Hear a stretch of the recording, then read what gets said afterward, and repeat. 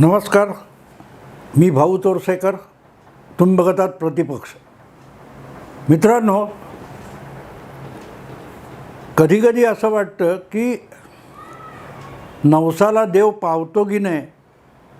मला तरी शंका होती, पण कधी कधी अशी मनात वाटतं की खरंच काही लोकांनी नवस केले असतील आणि जर त्यांना फळत असेल तर तो आपला अनुभव नाही म्हणून त्याला खोटं म्हणू नये. आणि मला आठवतं मित्रांनो, गेल्या वर्षी कोल्हापूरच्या महालक्ष्मीला किंवा मुंबईच्या लालबागच्या राजाच्या दर्शनासाठी केंद्रीय गृहमंत्री अमित शहा आले होते. आणि त्यावेळेला मी कुठेतरी बोललो होतो की व्हिडिओ केला होता, मला आत्ता नेमकं आठवत नाही आहे, पण मी अशी कॉमेंट केली होती की अमित शहांसारखा तसा श्रद्धाळू, देवधर्मावर आस्था ठेवणारा माणूस ज्यावेळेला अगत्याने अशा प्रसिद्ध देवस्थानी जातो, देवाच्या दर्शनाला जातो, मनोभावे त्यांची पूजा अर्चा करतो, तेव्हा तो काहीतरी मनातलं मागत असेल. मला एक गोष्ट पक्की आठवते की 10 वर्षापूर्वी ज्यावेळेला अमित शहा हे भाजपच्या सरचिटणीसपदी नेमले गेले होते आणि त्यांना उत्तर प्रदेशचे प्रभारी म्हणून पाठवलेलं होतं, तेव्हा सगळ्यात पहिल्यांदा त्यांनी अयोध्येला जाऊन त्या रामलल्लाचं दर्शन घेतलं होतं. आणि तिथून बाहेर पडल्यानंतर जेव्हा पत्रकारांनी गाठलं आणि विचारलं, तुम्ही इथेच का आलात, तुम्ही मंदिराचा विषय निवडणुकीसाठी घेणार का, तेव्हा त्यांनी असं बिलकुल म्हटलं नव्हतं. अमित शहा म्हणाले होते की रामलल्ला हे संपूर्ण भारताचं दैवत आहे आणि त्याचं मंदिर लवकरात लवकर व्हावं अशीच मनोमन प्रार्थना मी केलेली आहे. मी फक्त रामलल्लाच्या दर्शनाला आलो होतो आणि योगायोग बघा, आज खरोखरच त्यांची इच्छा जवळजवळ 10 वर्ष होत असताना पूर्ण व्हायला आली आहे. त्या गोष्टीला आता 10 वर्ष झाली, कारण मला असं आठवतं त्याप्रमाणे सप्टेंबर किंवा असा कुठचा तरी ऑगस्ट सप्टेंबर असा महिना होता की ज्या वेळेला 2013 साली अमित शहा उत्तर प्रदेशचे प्रभारी म्हणून पहिल्यांदा उत्तर प्रदेशात गेले होते आणि अयोध्येपासून त्यांनी सुरुवात केली होती. आणि प्रार्थना किंवा नवस करतात किंवा त्यांनी असं म्हटलं होतं की हीच मागणी केली मी रामलल्लाकडे किंवा देवाकडे, ही प्रार्थना केली की लवकरात लवकर हे जे अयोध्येचं आस्था आहे भारतीयांची, तिथलं मंदिर व्हावं. म्हणजे प्रार्थना केली किंवा मागणी केली म्हणजे नवसच केला. आणि त्यामुळे माझी अशी धारणा आहे की अमित शहांसारखा श्रद्धाळू माणूस जेव्हा कुठल्याही अतिशय सुविख्यात अशा देवस्थानाला जातो तेव्हा तो नक्कीच नवस करत असणार. आणि अमित शहांचा स्वभाव बघितला तर ते पक्षाकडे इतके समर्पित आहेत की ते कुठलीही मागणी करायची तर ती आपल्या पक्षासाठीच करतील, याविषयी माझ्या मनात शंका नाही.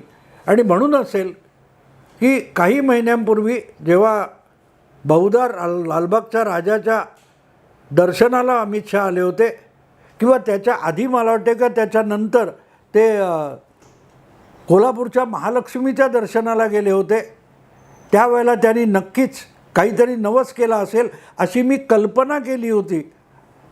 आणि खरोखरच जर अमित शहा अशा ठिकाणी नवस करतील तर ते पक्षासाठी त्यांच्या पूज्य दैवताकडे कुठला नवस करतील, काय मागणी करतील.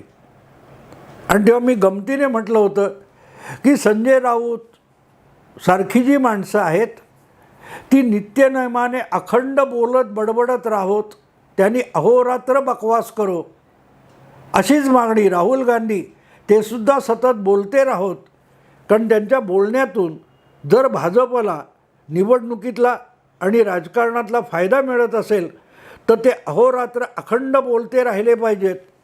त्यांनी कधीही मौनव्रत धारण करू नये आणि त्यांना ईश्वराने अखंड बोलतं ठेवावं असाच नवस अमित शहांनी केला असेल अशी एक कल्पना करून, कोणालाही गमतीशीर वाटेल पण मी ती कल्पना केली होती आणि मी ते मत प्रदर्शन केलं होतं व्हिडिओमध्ये किंवा कुठल्या तरी व्याख्यानामध्ये. आणि आज मी बघतो तेव्हा मला असं वाटतं की खरोखरच अमित शहांचा हा नवस पावलेला दिसतो. कारण ज्या प्रकारे भाजपाच्या विरोधकांनी अखंड बोलणं चालू ठेवलेलं आहे, ज्याचा त्यांच्या पक्षाला काडीमात्र फायदा नाही, पण भाजपला मात्र सातत्याने आणि अखंड फायदा होत असतो. तुम्हाला आठवत असेल की आत्ताच अलीकडे ज्या 5 विधानसभांच्या निवडणुका झाल्या, त्यामध्ये एकाही राज्यात भाजपला यश मिळणार नाही. प्रामुख्याने राजस्थान, मध्य प्रदेश, छत्तीसगड या राज्यात मध्य प्रदेश हातून जाणार आहे आणि छत्तीसगडमध्ये भाजप जिंकण्याची बिलकुल शक्यता नाही. फार तर राजस्थानमध्ये काय घडलं तर असं बोललं जात होतं. त्या 3ही राज्यामध्ये भाजपला निर्विवाद बहुमत मिळून गेलं आणि त्याचं श्रेय तुम्ही कोणाला देणार? मोदी, शहा आणि भाजपचे ज्यांचे कोण नेते, प्रभारी, प्रवक्ते आहेत ते अहोरात्र मेहनत घेत असतात. पण ज्या वेळेला एवढं मोठं यश मिळतं तेव्हा त्याला नशीब म्हणावं लागतं किंवा नवस पावला देव पावला म्हणावं लागतं. आणि मग त्याचा शोध घेतला की कुठला नवस किंवा काय पावलं, तर राहुल गांधींनी पनौती हा शब्द वापरला होता. आठवतं तुम्हाला? राहुल गांधी चौकीदार चोर म्हणाले, मोदींना फायदा झाला. मणिशंकर अय्यर तुम्हाला नीच म्हणाले मोदींना, त्याचा भाजपला फायदा झाला. वो चायवाला असा मणिशंकर अय्यर म्हणाले होते, मोदींना त्याचा फायदा झाला. जितकं म्हणून मोदींना हिणवणं आणि अपमानित करणं ही बकवास काँग्रेस पक्षाकडून किंवा भाजपच्या विरोधकांकडून झाली आहे, तेवढा जर भाजपचा फायदा झाला असेल तर अमित शहांसारखा पक्षाला समर्पित माणूस तसाच नवस करणार आणि तो नवस यशस्वी झाल्याची खूण कुठली तर संजय राऊत अखंड बोलत असतात आणि शिवसेनेमध्ये फूट पडली. फायदा कोणाचा झाला? भाजपचा झाला. जो भाजप 25 वर्ष स्वप्नात येण्याचं तो सत्तेत येण्याचं स्वप्नसुद्धा भाजपने बघू नये असं संजय राऊत म्हणत होते आणि 2.5 वर्षात भाजप सत्तेवर आला. 2.5 वर्षात उद्धव ठाकरेंचं सरकार कोसळलं. जितेंद्र आव्हाड हे त्यापैकीच एक आहेत आणि जितेंद्र आव्हाड जितके बोलतील तितकं राष्ट्रवादीचं अखंड नुकसान होत आलेलं आहे. अशा जितेंद्र आव्हाडांनी आता परत एकदा मुक्ताफळं उधळलेली आहेत. मी अलीकडच्या काळात त्यांच्या बडबडण्याची फारशी दखल घेतलेली नाही, पण त्यांनी अचानक कारण नसताना शिर्डीला जे त्यांच्या उर्वरित किंवा शिल्लक राष्ट्रवादी काँग्रेस पक्षाचं, सुळे पवार गटाचं जे शिबिर भरलेलं आहे, त्यामध्ये प्रभू श्रीरामचंद्र हे मांसाहारी होते अशी मुक्ताफळं उधळलेली आहेत आणि त्याचा त्यांच्या पक्षाला कुठलाही फायदा होण्याची शक्यता नाही. पण त्यानंतर जे मोहोळ उठलं, हलकल्लोळ माजला आहे, त्यामुळे राष्ट्रवादी काँग्रेसचे, शरद पवारांचे जे मित्र पक्ष आहेत त्यांनासुद्धा बॅकफूटवर जायची पाळी आली. खुद्द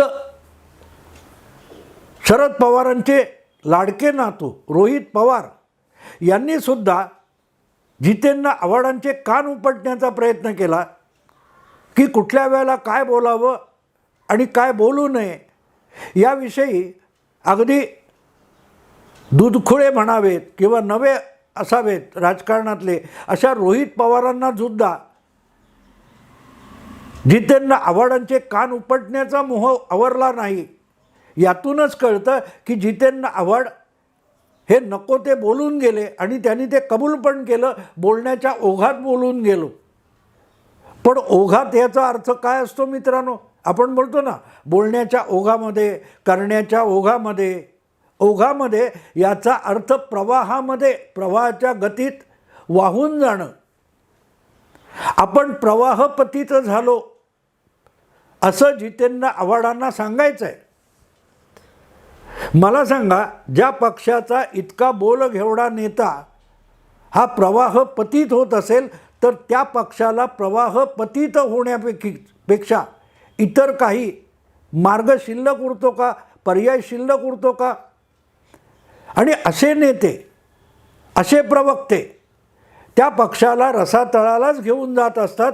आणि जितकं त्यांच्या नुसत्या बडबडण्याने त्यांचे पक्ष रसातळाला जातात, तितका मग त्यांचा विरोधी पक्ष असलेला किंवा त्यांच्या विरोधात उभा असलेला भारतीय जनता पक्षाचा फायदा होतो. आणि म्हणून मी गमतीने असेल किंवा काय डोक्यात आलं आणि बोललो होतो की अमित शहानी महालक्ष्मी किंवा लालबागच्या राजाकडे एक नवस केला असेल की या लोकांना असंच बोलत ठेव देवा. हे जितकं अधिक बोलतील तितकं ते स्वपक्षाचं नुकसान करतील आणि त्यांच्या पक्षाचं नुकसान तितका भाजपचा फायदा. म्हणूनच अमित शहानी हे नवस केलेला असू शकतो असा. आणि त्या नवसाला तो लालबागचा राजा, कोल्हापूरची महालक्ष्मी खरंच पावलेली दिसते.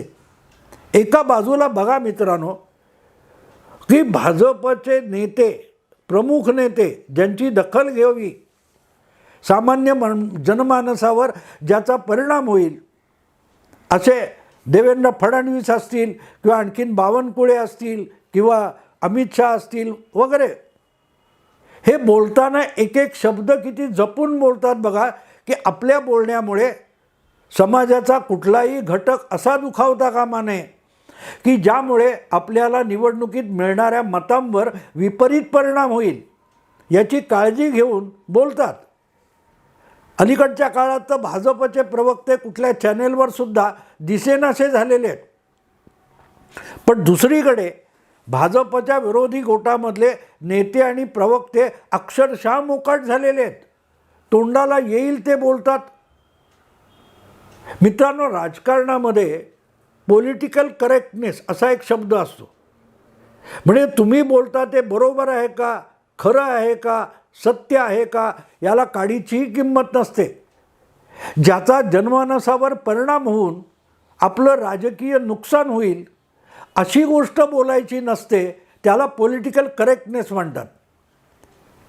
तुमचे जितेंद्र आव्हाड यांनी राम मांसाहारी होता का, त्याला अगदी पुरावा काय वाल्मिकी रामायणाचा ते सांगतात किंवा तर्कशुद्ध उत्तर देतात की जंगलात 14 वर्ष काढणाऱ्याला शेवटी कुठल्या ना कुठल्या पशुची शिकार करूनच पोट भरावं लागलं असेल. हे सगळं चुकीचं आहे असं मी बोलणार नाही. तर्क दुष्ट आहे असं पण म्हणणार नाही. पण मुद्दा असा आहे की हे बोलून नेमकं कुठलं राजकारण जितेंद्र आव्हाडांनी साध्य केलं?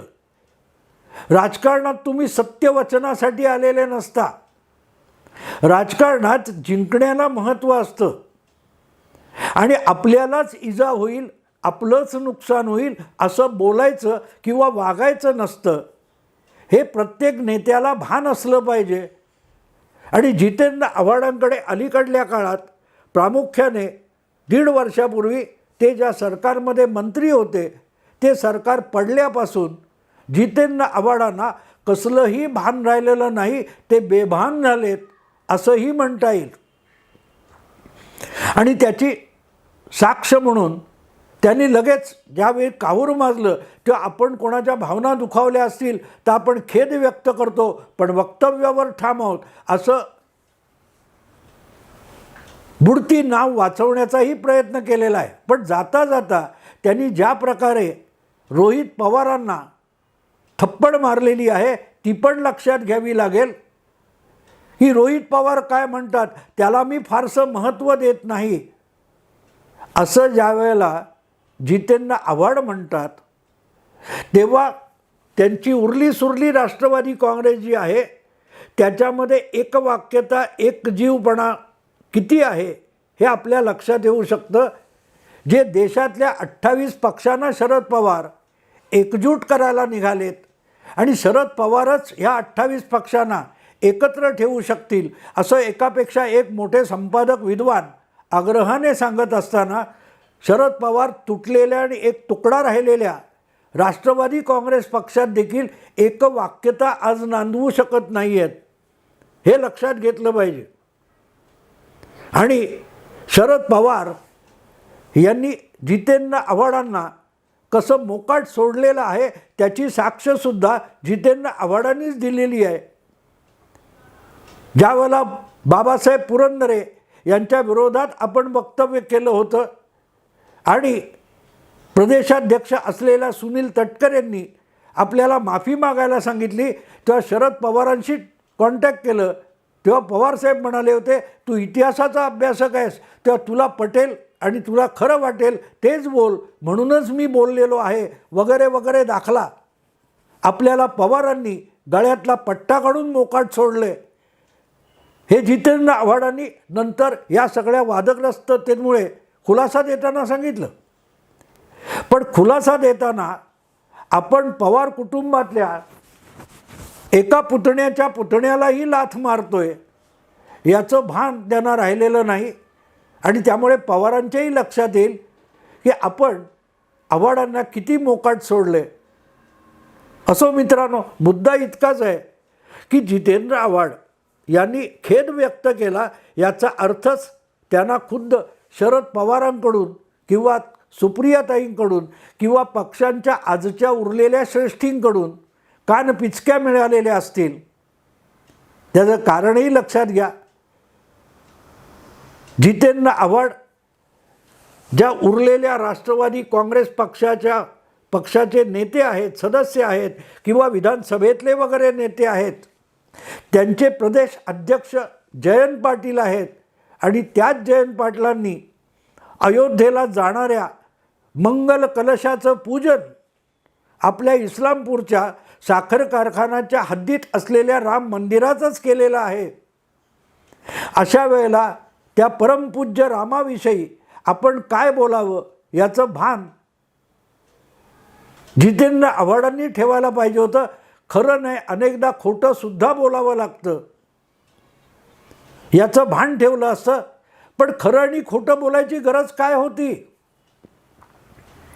मला हेच कळत नाही की राजकारण भाजप करत असेल तर तुम्ही त्याच्याकडे पाठ फिरवूनसुद्धा त्या राजकारणातली हवा काढून घेऊ शकता.